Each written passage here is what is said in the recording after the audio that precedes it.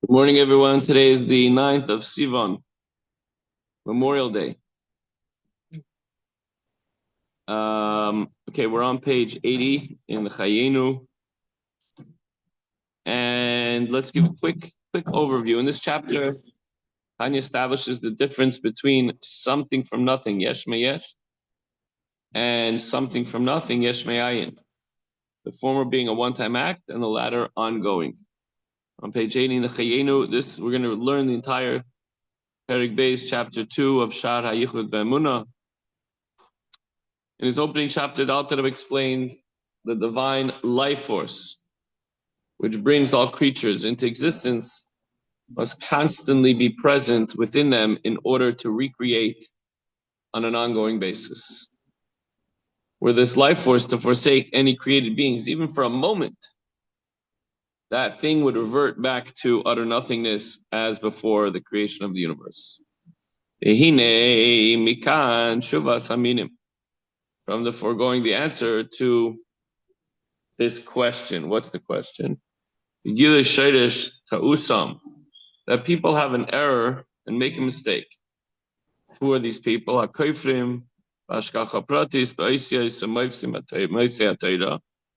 When it comes to denying that Hashem created the world.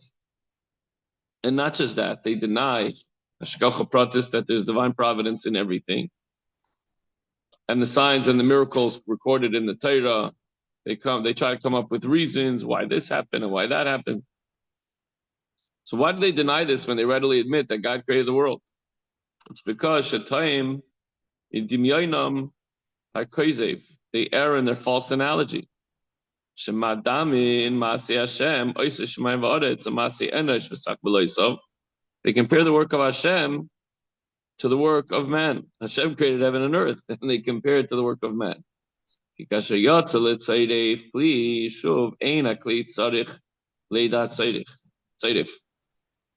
Except it's not a good analogy, because when a silversmith has created a vessel, he walks away.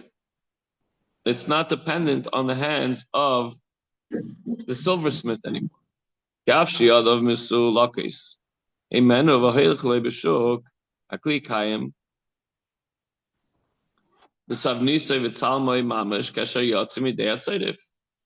when he lets go of whatever it is he's making, a nice kiddush cup, let's say, and he walks away, the vessel remains exactly the way it was when it left his hands. This is the way these people, these doubters, think about the creation of heaven and earth. They imagine that once Hashem created it, yes, God created the heavens and the earth, but then he walked away. It works very nicely on its own. It's like a well-oiled machine.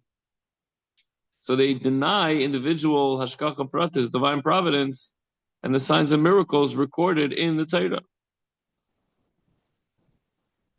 However,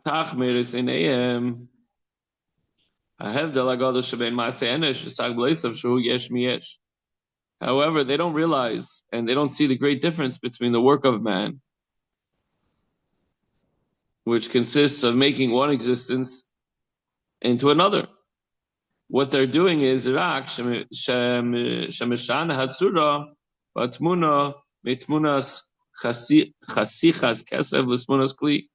what they're doing is they're changing the form and appearance of whatever that is. They take the piece of silver. It might be, you could take it from a big bracelet or a necklace, melt it down and turn it into a silver cup. Or a solid piece of silver, whatever it might be. So it didn't bring it into existence, it merely changes the dimension, and then you can carve in all the beautiful pictures and carvings, whatever it might be. And they fail to mention the difference between that and the craftsmanship of Hashem, which we'll soon see in a moment. So a silversmith takes something and he repurposes it, he reshapes it, he reforms it. And when Hashem created the heavens and the earth, he created it out of nothingness. Before the heaven and earth was created, there was simply nothing in existence.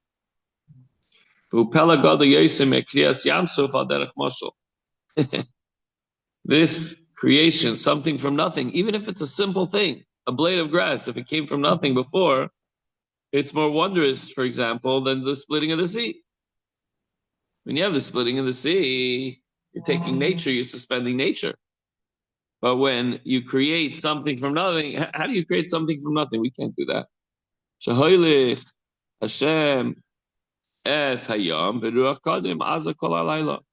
By the splitting of the sea, Hashem drove back the sea by a strong east wind all night long.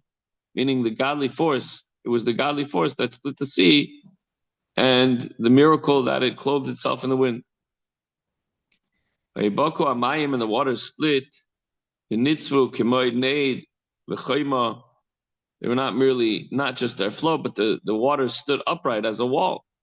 V'ilu hifsek Hashem es haruach kerega hayu amayim chayzrim v'nigarim b'moyrad kedarkam v'tivam. If Hashem stopped the wind, the waters would have instantly reverted back to their nature and would flow naturally.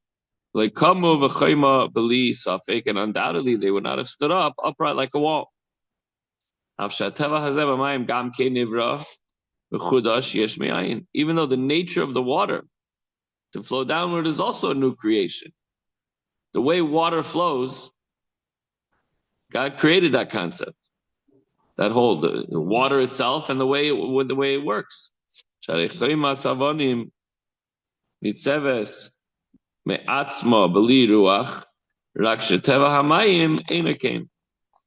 stone wall stands by itself without the assistance of wind, but the nature of water is to flow down. So since water by nature does not stand upright, but it flows downward, an additional degree of creation, something from nothing, is called for if it's going to do anything other than flowing downward. So we just mentioned demonstrates that the divine force that clothes itself in the wind did not have to create yesh me'ayin, a new existence. It just had to switch from one thing to the other. Instead of flowing downward, the wind pushed it and held it up. How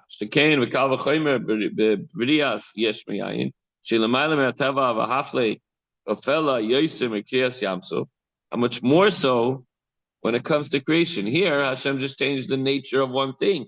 He had to create something new that it would stand up instead of flow downward.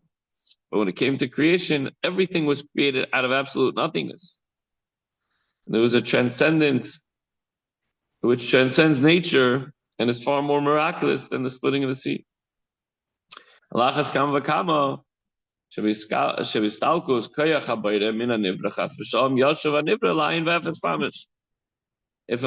Hashem took away that wind and the sea would fall down and start flowing again, so too with all of creation, if Hashem would take away the power to exist, it would revert back to nothingness again.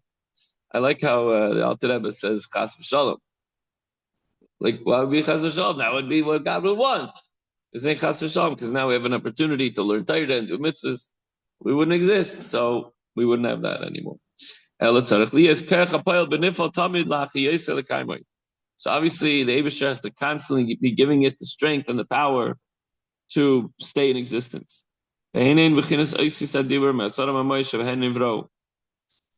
the way it's kept in existence is the activating forces, as we mentioned, they're the same letters of the 10 utterances that brought everything into creation to begin with. Pasuk says, you give life to them all. Meaning, Hashem provides the heavens and the earth and all creations and all creatures found within them with life. And then the pasuk says, Al tikre bechaya ela mahave. Dahainu yesh me'ayin. We don't read them to give life, but bring into being something from nothing. It doesn't continue to keep everything alive, but he keeps it in existence. Ba'ata, and you, in Mechinas Haisis, me'alef ad taf. Ata indicates all the letters from Aleph to Taf, the first of the Hebrew letters of the alphabet, to the last of the letters of the Hebrew alphabet. And then we have Ha'hei, Yashem, Moitzoy Sapeh, Mekar Haisis. No. Hey, Moitzoy Sapeh make that mistake every time. The letter, I like to think that you have Ata, you have the first letter and the last letter, and then you have the Hey, which is Hashem. But it's also the Hey, the five organs of verbal articulation, meaning the larynx, how do you say that word? Larynx, palate, tongue, teeth, and lips, which are the source of the letter. This then is the meaning of the phrase, and you give life to them all. The spiritual letters that emanate from the five supernal organs of verbal speech provide life, yesh meyayin, something from nothing, to the whole of creation, the entire universe.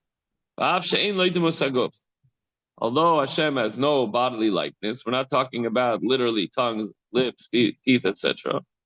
So how then can we speak of letters existing in the world above, and indeed add that it is through them that the world is created something from nothing? The Torah clearly states Hashem spoke, Hashem said, but these are all anthropomorphic terms.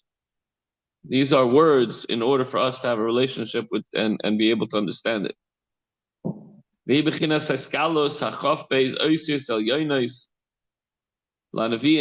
And this, the meaning of God spoke or God said, is the revelation of the 22 supernal letters to the prophets.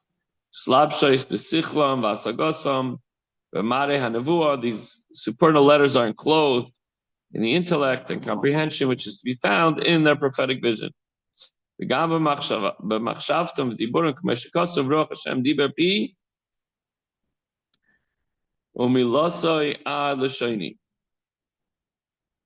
are also enclosed as well in their thought and speech, as the pasuk says, the Spirit of Hashem spoke within me, and His word is upon my tongue.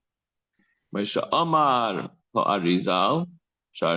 this has been explained by the Arizal. So clearly there exist letters. Clearly there exist letters in speech above, which are capable of being garbed in the thought and speech of the prophets.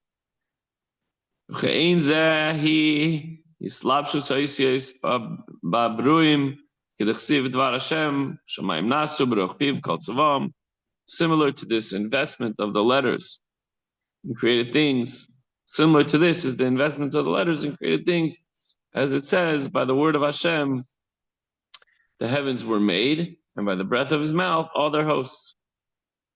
Except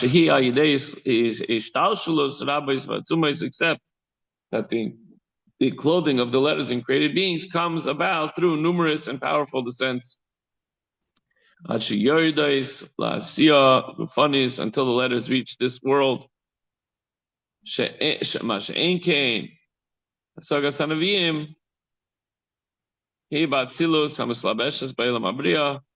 Whereas the apprehension of the prophets is in the world of Atzilus, as it becomes clothed in the world of Bria. It's from this lofty level that the spirit of prophecy descends upon prophets, this higher level, from Atzilus and Bria, in a similar fashion. The supernal levels descend and are invested within created beings, providing them with life and creating them something from nothing. So what's the takeaway? Contrary action needs constant support. Think of water standing like a wall. It would need a constant force to keep it up. You could take all the leaf blowers in the world and prop them up and stick them, and have the wall standing. It would be in a lot of force. The default state of existence is Hashem. The physical world is novel and contrary. Hashem propels the world into existence at all times. If Hashem wouldn't have that force pushing it into existence, everything would revert back to utter nothing. Chas v'shalom. Everyone have a wonderful day and a good Memorial.